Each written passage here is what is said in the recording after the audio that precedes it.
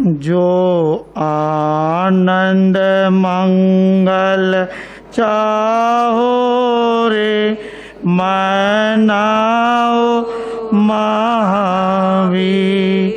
जो आनंद मंगल चाहो रे मनाओ महावीर। प्रभु त्रिशला जी के जाया जाकी कंचन वरणी काया। प्रभु त्रिशला जी के जाया जाकी कंचन वरणी काया। जाका चरणा शीस नमाओ रे मनाओ महावीर।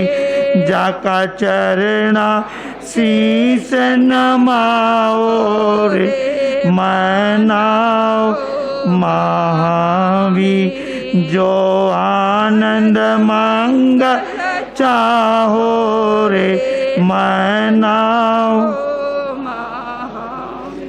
अनंत अनंत ज्ञानी अनंत अनंत दर्शी चरम तीर्थंकर प्रभु परमात्मा भगवान महावीर स्वामी के पावन पवित्र श्री चरणार बिंदों में हृदय से अनंत अनंत कोटि कोटि वंदन नमन। जन जन की आस्था के केंद्र जगत वल्लभ जैन दिवाकर आराध्य गुरुदेव श्री चौथमल जी महाराज साहब के पावन पवित्र श्री चरणार बिंदों में हृदय से अनंत अनंत कोटि कोटि वंदन नमन। मम आराध्य मम गुरुदेव मेरी अनन्य आस्था के केंद्र महामहिम शताब्दी नायक उपाध्याय भगवान पूज्य गुरुदेव श्री मूलचंद जी महाराज साहब के पावन पवित्र श्री चरणार बिंदों में हृदय से अनंत अनंत कोटि कोटि वंदन नमन। अत्रस्त विराजित महासाध्वी श्री श्यामा जी और सुदर्शना जी महाराज का भी हृदय से बहुत बहुत अभिनंदन। श्रीमानो भगवान वीतराग प्रभु महावीर प्रभु की अमृतमयी देशना के अंदर चिंतन मनन चल रहा है मानव से महामानव बनने का। और इस मानव से महामानव बनने की जो यात्रा है वे कितनी ऊंचाई तक लेके जाती है इसका आभास अभी नहीं हो सकता है। इसका आभास जब होगा जब आप उसके अंदर परवरित होने के बाद उस वस्तु को प्राप्त करोगे, उस स्थान को प्राप्त करोगे जिस स्थान को प्राप्त करने के बाद आत्मा अपने आप को बहुत आनंदित मानती है। हमारे देश का ही एक उदाहरण ले लो। हमारे देश के जो अभी वर्तमान में प्रधानमंत्री हैं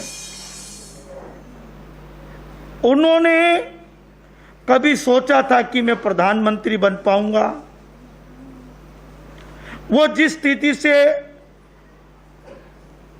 आगे बढ़े, जिस स्थिति में थे, उस स्थिति में अगर सोचा भी जाए उस समय में तो प्रधानमंत्री कहना भी उनके लिए एक मजाक जैसा वातावरण साबित हो जाता है।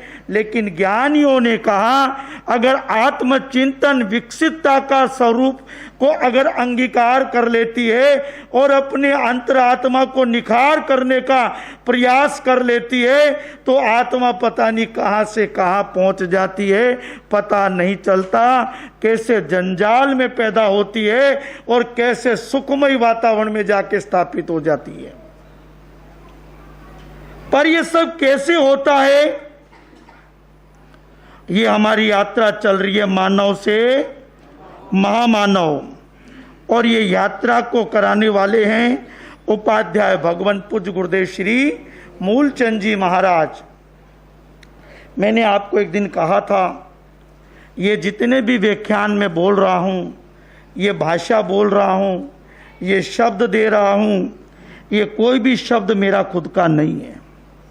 जो मेरे गुरु ने मुझे सिखाया, जो मेरे गुरु ने मुझे दिया, वे उस गुरु की उपकार है, उनकी कृपा है।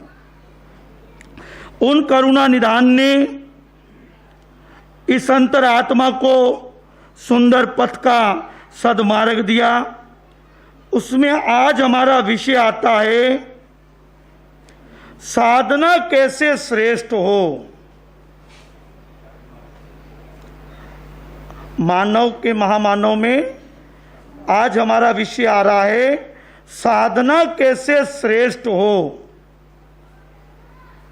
साधनाएं तो श्रेष्ठ ही हैं, पर वे हमारे जीवन में श्रेष्ठता का कार्य कैसे करें और उनको धारण करने से हमारा जीवन श्रेष्ठ कैसे बने। हमें आत्मा को श्रेष्ठ बनाने के लिए साधनाओं का सुंदर वातावरण वीतराग परमात्मा ने अपने ज्ञान आगम चक्षुओं से, अपनी जिह्वा वाणी से, अमृत वाणी से भावी जीवों के उत्थान के लिए दी गई है। पर उसमें एक बात आती है, अगर साधना के अंदर आप सदैव तत्पर खड़े हो, हर प्रकार से उच्चतम उच्च स्तर की साधना कर रहे हो, पर उस साधना में कई साधन उल्टा हो गया, तो वह साधना 2 कौड़ी की होने में देर नहीं लगाएगी। मेरे को एक प्रश्न था मन में और मैंने मेरे गुरुदेव के सामने रखा था और उनसे जिज्ञासा जाहिर की थी कि गुरुदेव, मेरे मन में एक बात आ रही है। पहले साधक होते थे, आराधक होते थे, साधु होते थे, साध्वियां होती थी, देवता चारों तरफ रमण करते थे। आज क्या बात है, इतनी बड़ी बड़ी साधनाएं होती हैं, इतने बड़े बड़े तप होते हैं, सब कुछ अच्छा हो रहा है, पर ये देवता अब क्यों नहीं आ रहे हैं? ऐसी क्या कमी नजर आ रही है? इस आत्मा में साधना का कहां कमी नजर आ रही है? बोले कि आप देवता को प्रसन्न करने के लिए साधना कर रहे हो। मतलब विषय प्रसन्न करने का नहीं है, विषय समझने का है। देवता भी साधक को नमस्कार करता है, देवता भी साधक को नमस्कार करता है। जब उन मुनिवरों को होता था, तो आज मुनिवरों में क्या तकलीफ है कि देवता क्यों नहीं आता? कभी बैठकर आपने चिंतन किया? इसका मतलब साधना कहीं ना कहीं तो अटक गई है, उलझ गई है। और साधना उलझ गई है तो पूरा साधुपना ही उलझ गया है। और साधुपना उलझ गया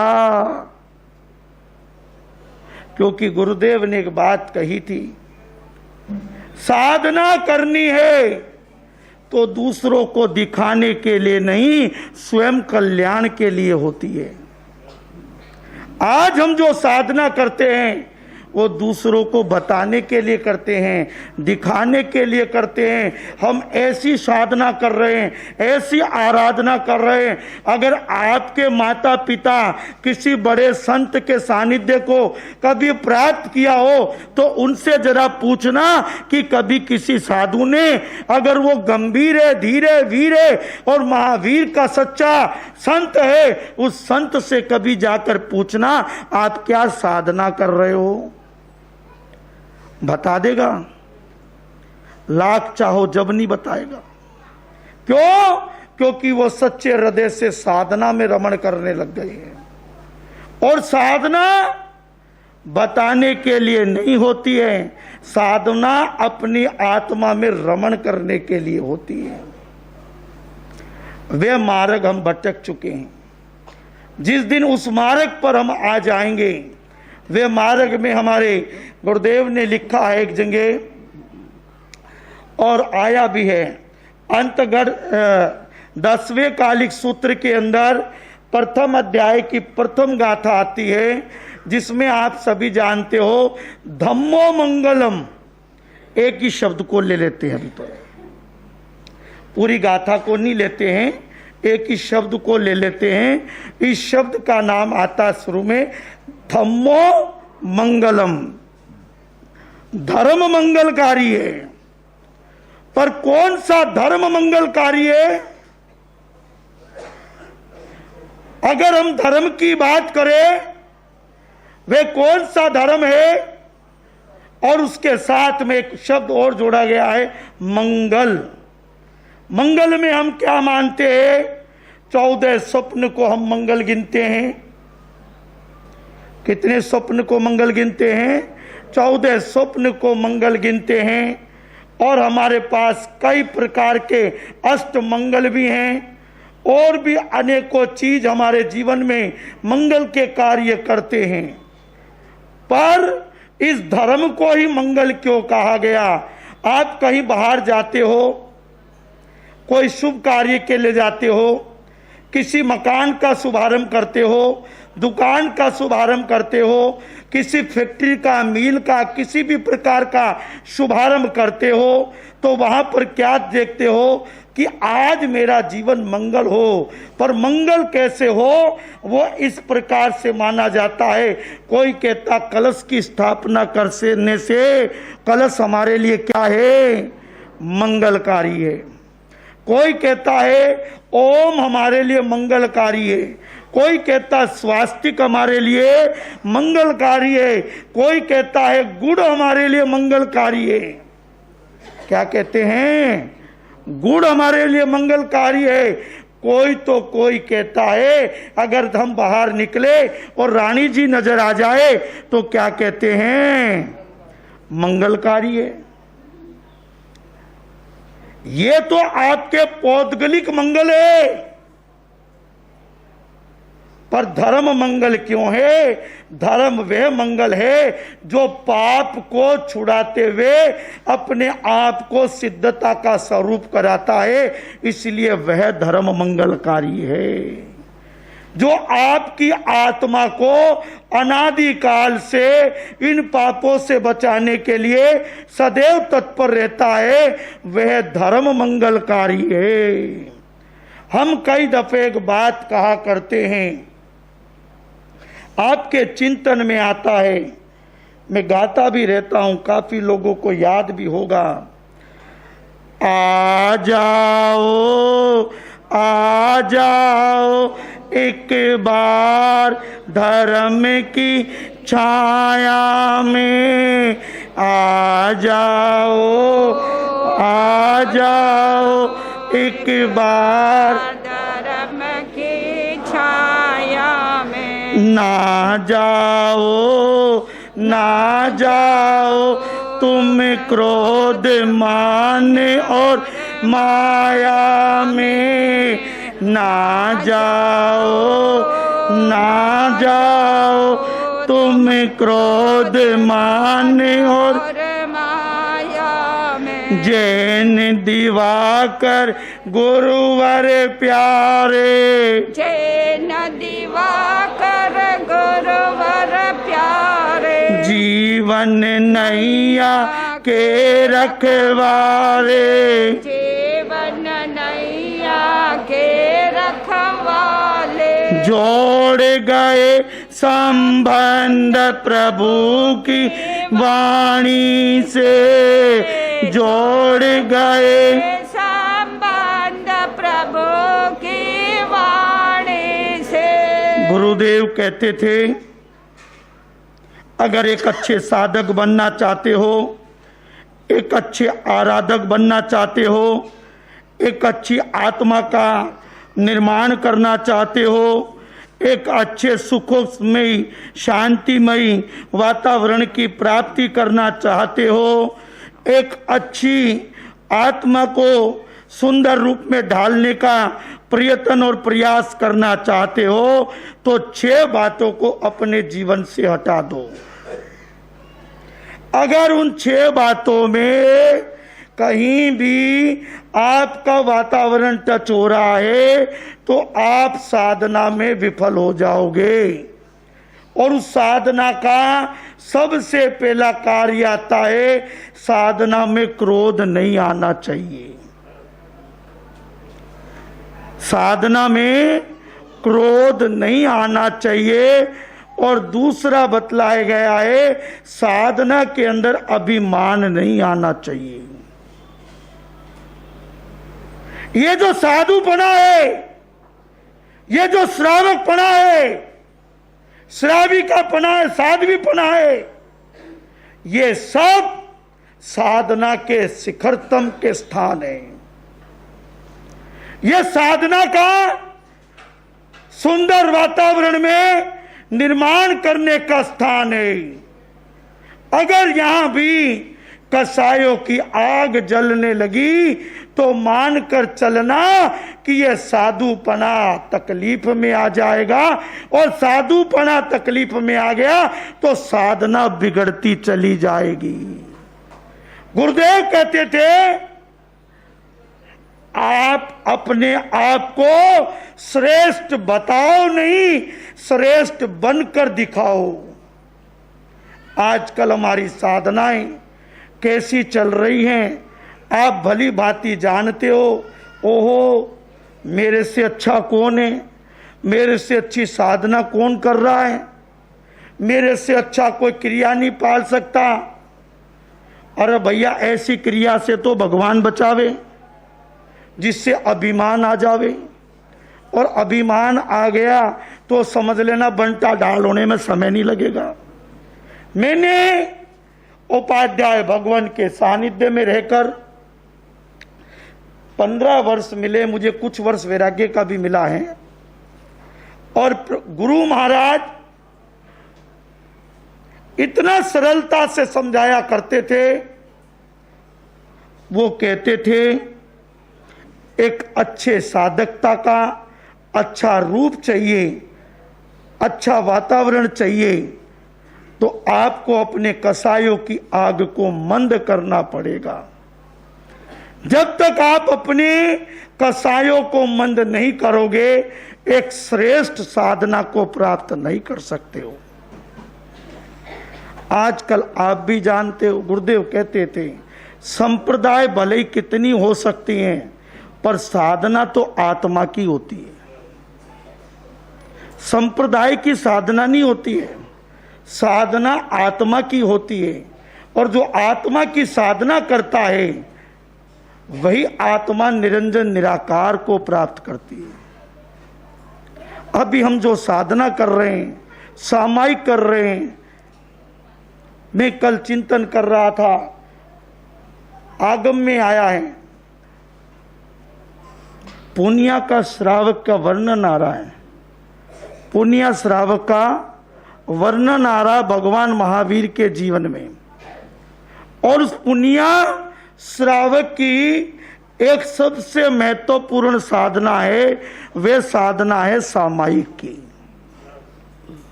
वे साधना है सामायिक की। उस सामायिक में आप जानते हो सामायिक का आसन क्या है?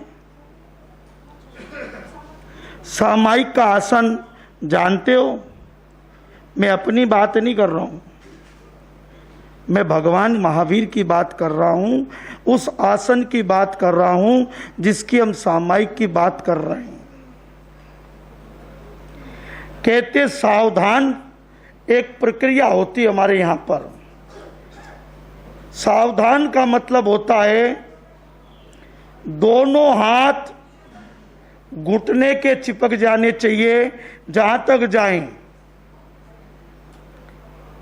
जहां तक जाएं सीधे, और खड़ा होना पड़ता है, बिल्कुल दोनों पांव भिड़ जाने चाहिए, 1 इंच भी आगे पीछे नहीं होना चाहिए, दोनों अंगूठे बराबर में रहने चाहिए पक्के, और पीछे जो एडी होती है उसमें भी 1 इंच आगे पीछे नहीं होना चाहिए। जितना फिलिंदा बैंक हमारे अंदर होता पगों के अंदर, वो एक जो नेचुरल में बना हुआ है उसको छोड़कर कोई भी हमारे यहाँ पर किसी भी प्रकार की कोई स्थिति दूसरी नहीं होनी चाहिए। और खड़े हो जाना चाहिए और दोनों हाथ चिपक के और सर नीचे झुक जाना चाहिए।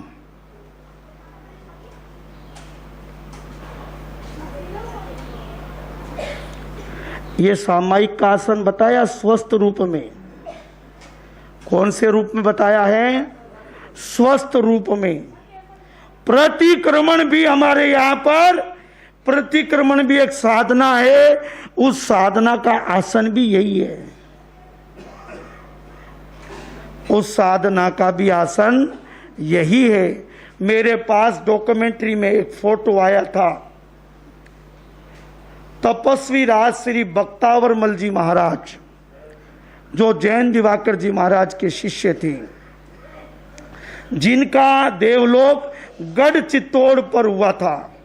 चित्तौड़ में नहीं, गढ़ चित्तौड़ मतलब चित्तौड़गढ़ किले में जिनका देवलोक हुआ था और 55 की तपस्या पे हुआ था। मैं उन संत की बात कर रहा हूं। वह भी एक जोड़ी थी। दूसरे संत का मुझे नाम याद नहीं आ रहा। एक बख्ता तपस्वी राज श्री बख्तावरमल जी महाराज थे, जिनका परिवार चित्तौड़गढ़ में रहता था पर आजकल उदयपुर रहता है। और उनकी 55 की जो तपस्या थी, उस तपस्या में भी वो खड़े खड़े साधना करते हुए मैंने फोटो देखा है। शरीर यूं हो रखा है पर उन्होंने किसी लाठी का, लकड़ी का सहारा ले रखा है, पर उस सहारे के बाद भी वो खड़े हैं। ये साधनाएं होती हैं, ये आराधनाएं होती हैं। और उन संत का एक सुंदर वातावरण मैंने को श्रवण में गुरुदेव उपाध्याय भगवान के श्रीमुख से मिला था। गुरुदेव कहते थे, जब उन संत भगवंत का जब देवलोक हुआ तो उसी समय शाम के टाइम उनको ले गए थे। और जब उनको ले गए अग्नि के अंदर समर्पित किया, क्योंकि श्रावक की जो क्रिया है उनको करनी पड़ती है। ये शरीर पंच तत्वों में लीन करना पड़ता है। इसके साथ विराधना नहीं होनी चाहिए, इसकी साधना होनी चाहिए। कहते हैं कि पश्चिम की तरफ से एक विमान आया और घूमता हुआ लोगों ने देखा, जो मैं बता रहा हूं, और पूर्व दिशा की तरफ चला गया। जब वो अग्नि संस्कार हो रहा था, जब की बात बता रहा हूं, मेरे को गुरुदेव ने बताया था ये घटना। तपस्वी राज श्री बख्तावरमल जी महाराज की बात है ये। ऐसे ऐसे साधक जिनके लिए अंतिम चरण में भी देवता दर्शन करने के लिए लालायित रहते हैं। क्यों? उन्होंने आत्मरमण करना सीख लिया, उन्होंने आत्मचिंतन करना सीख लिया, उन्होंने श्रेष्ठ बताना नहीं, श्रेष्ठ बनना सीख लिया। आज साधना किस चीज की चल रही है हमारे यहां पर? कसायों की। वो अच्छा, वो बुरा, वो अच्छा, वो ऐसा। अगर यही साधना करनी है तो फिर भगवान महावीर के शासन की क्या जरूरत है भाई? ये साधना तो फालतू में बहुत घूमती है। ये साधना भगवान महावीर की जो है वो साधना है जो ये अनिश्चय काल भाषा का, अनिश्चय वातावरण का, जिसमें कलह है, क्रोध है, मान है, माया है, राग है, द्वेष है, ये भरा पड़ा है। ऐसी साधना वीतराग की नहीं होती, ऐसी साधना श्रावक की नहीं होती है, ऐसी साधना श्राविका की नहीं होती है, ऐसी साधना साधु की नहीं होती है, ऐसी साधना साध्वी की नहीं होती है। हमारे गुरुदेव उपाध्याय भगवान श्री मूल मुनि जी महाराज 2018 में चातुर्मास आपकी कोटा नगरी के विज्ञान नगर में ही था। और जो वर्तमान श्रमण संघ के अध्यक्ष हैं, उस समय उस चातुर्मास के वो संयोजक थे। ध्यान होगा, उस समय कई संत मुनिराज इस कोटा नगरी में विराजमान थे, जिसमें 13 पंथ समुदाय के धर्मचंद जी पीयूष, और वो भी एक अच्छी उम्र थी, अच्छा संयम था, अच्छी शांत दांत गंभीरता थी, अच्छे संत थे। इधर दिगंबर जैन समुदाय के अंदर विज्ञान नगर में आचार्य श्री शशांक सागर जी महाराज, कोई भी छोटा सा निमंत्रण आ जाता, गुरुदेव नहीं जा पाते थे, गुरुदेव वृद्ध थे, तो गुरुदेव कहते थे अपने जाना है। क्या कहते थे? अपने जाना है, मिलना है। वो भले ही कैसा व्यवहार करें, पर आपा कसाई नहीं रखना है। मेरे गुरुदेव ने मुझे हर किसी से मिलने के लिए कहा, मिलो, बैठो, चर्चा करो और एक दूसरे का आगे बढ़कर स्वागत करो। क्यों? मैंने कहा ऐसा क्यों? बोले जब साधु बन गए तो कसाई काय वास्ते रख रहे हो? हाँ, क्या कहा श्रीमानो? जब साधु ही बन गए हो तो कसाई काय वास्ते रखो। और जो साधु बनने के बाद भी कसाई रखते हैं, चाहे साधना कितनी ऊंची कर लो, पर लेकिन श्रेष्ठ नहीं बन पाते हो। पुनवानी पूर्व की भले ही आपकी अच्छी होगी, पर वर्तमान में किस दिशा में जा रहे हैं उसका बैठकर चिंतन कर लो। मेरे गुरुदेव उपाध्याय श्री मूल मुनि जी महाराज, मैं कई दफे कहता हूं, जब हम विचरण करते थे, मिलते थे, बैठते थे, हर संप्रदाय के हर साधु से वार्तालाप करते थे, मिलते थे, बैठते थे, वार्तालाप करते थे और सबको सुंदर आशीर्वाद भी देते थे। ऐसे मेरे गुरु भगवंत थे। गुरु महाराज कहते थे, इस जीवन में ये कसाय रखते रखते हमने पता नहीं किन किन गतियों का संचय कर लिया है, और उन गतियों में भटकते भटकते यहां आ गए हैं, फिर भी उन आदतों को छोड़ने के लिए तैयार नहीं है। अरे साधु बन जाते हैं पर साधना नहीं समझ पाते हैं, श्रावक बन जाते हैं पर लेकिन समाज में आग लगा जाते हैं। और एक दूसरे के प्रति ईर्ष्या की, जो अजंस की। अरे भाई, ये साधनाएं अच्छी नहीं है, इनको छोड़ो, एक अच्छे साधक बनो, एक अच्छे आत्मार्थी बनो, एक अच्छे जीवन का व्यापन करना सीखो। आप लोग कहते हो हम दुखी हैं, मैं कहता हूं दुखी किसी ने कर नहीं रखा, आप दूसरे के सुख से दुखी हो। किससे दुखी हो? दूसरे के सुख से दुखी हो। जिस दिन आप अपने आप में निहार लोगे तो दुख तो आपके पास मिलेगा ही नहीं, सुख ही सुख पाएगा, देखो तो सही। पर वही बात उपाध्याय श्री वाली आ जाती है। गुरु महाराज कहते थे, कहवा तो भला है पर माने कौन? मारो बाप। वो एक ही बात कहते थे, माने कौन? मारो बाप। कतरा सुन लिया, सुन सुन के कान पक गए, सुन सुन के कान पक गए, पर समझने के लिए तैयार नहीं है। एक बात हो रही, ये स्थानक और मशान, स्थानक और मशान एक ऐसी जगह है जहां वैराग्य चढ़ के बोलता है। कसाय धीरे धीरे छूट जाता है, पर जैसे इस गेट से बाहर जाते हैं तो वापसी दुकानदारी चालू हो जाती है।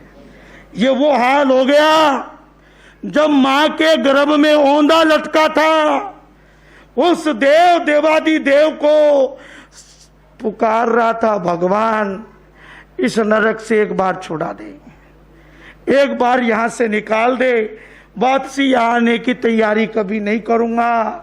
पता नहीं कितनी मिन्नतें करता है, कितनी ऊंची भावना होता है, और योग और संयोग ऐसा होता है, मानव बन जाता है, पर आके इस भाव में दोगलापन दिखा जाता है, भूल जाता है कि मेरी गत क्या थी और अब अवगत क्या है। पर इस दोगले से भगवान भी सदैव दूर होता चला जाता है। सही कह रहा हूं नहीं? दोगला कैसे? जब गर्भ में था तो क्या कहते था, यहां से एक बार निकल जाऊं, वापसी नहीं आऊंगा, बहुत दुख पा लिया, बहुत टेंशन में हूं, बहुत पीड़ा में हूं, बहुत वेदना में हूं, यहां से छुड़ा दे भगवान, एक बार वापसी नहीं आऊंगा। और जैसे ही लगी संसार के पंखे की हवा, बस अब तो वही रवा और वही जवा। क्या बढ़िया जीवन बनाया है। और जब जाना पड़ेगा नरक में, कहाँ जाना पड़ेगा? जाना पड़ेगा नरक में। और फिर गलती होगी। क्या हो गई? फिर गलती हो गई। और एक बात है, इस रवा में, इस झूम में क्या झूमता है, मैं कहाँ जाऊंगा? मैं ऊपर जाऊंगा। ऊपर क्या है? ऊपर है क्या? कभी जाकर देखा है क्या? ऊपर है? और वो आकाश में हवाई जहाज उड़ जाता है, कितनी ऊंचाई पे जाता है, पर उसको इस आकाश का सार नजर नहीं आता है। आता है? आया क्या? और थोड़ी ऊपर चला जाए तो वो अपना ही भान भूल जाता है कि मेरे को थोड़ा नीचा आना ही सही है, नहीं तो कहीं एक्सीडेंट ना हो जाए। तो थोड़ा समझो, थोड़ा जानो, आत्मा हितार्थी बनो, आत्मा के हितैषी बनो, इस भाव को सार्थक करो, इस भाव को सुंदर रूप में लाओ, इस जीवन को सुंदर रूप में लाने का प्रयास करो। इन कसायों में जलते जलते तो अनंत भाव आपने व्यतीत कर दिए, इस भाव को तो सार्थक बना लो। अवसर मिला है, फिर मिलेगा इसका कोई निश्चय नहीं है। आज मिला है, अब आपके मन में एक बात चल रही होगी, महाराज अपने साथ साधु बनाने की बात कर रहा है। मैं साधु बनाने की बात नहीं कर रहा हूं, मैं साधना की बात कर रहा हूं। मरु देवी माता ने भी साधना की है, पर वो साधना में जब तल्लीन हुई, ओहो मेरा पुत्र जिसके लिए मैं रो रही हूं, वो कितने उच्च शिखर पर उनका सानिध्य जैसे ही नजर आया, और जैसे ध्यान एकाग्र किया तो क्या पा गई? वहां पे हाथी पे ओहदे पे बैठे बैठे क्या पा गए? केवल ज्ञान हो गया। आप भी बैठ जाइयो कहीं जाकर हाथी के ओहदे पे, आपने भी मिल जावला। हाँ, अरे भैया थोड़ा सा चिंतन करो, ज्यादा लंबा चौड़ा नहीं। और क्या चिंतन करना? कोई भी किसी प्रकार की आत्मा भटकने का अवसर आवे तो छोड़ देना। आपका हित क्या है? हाँ, जब संगठन की बात आएगी ना, अरे मारे कई लेनो देनो, मारे कई काम, पर लेकिन नहीं, हमें जीना नहीं आया, ना बनना आया और ना बनाना आया। ना तो बनना आया, ना बनाना आया, बस इस जीवन को यूं ही गंवाना आया, गवाते गवाते अनंत भाव हो गए। इसको सार्थक करो, सुंदर रूप में बनाओगे तो आपका जीवन आनंदमय होगा, सुंदर वातावरण को निर्मित करेगा, सुखमय रहेगा, सातामय रहेगा। मानोगे तो आनंद है, नहीं मानोगे था कि थे जानो, मारा तो आनंद ही आनंद है।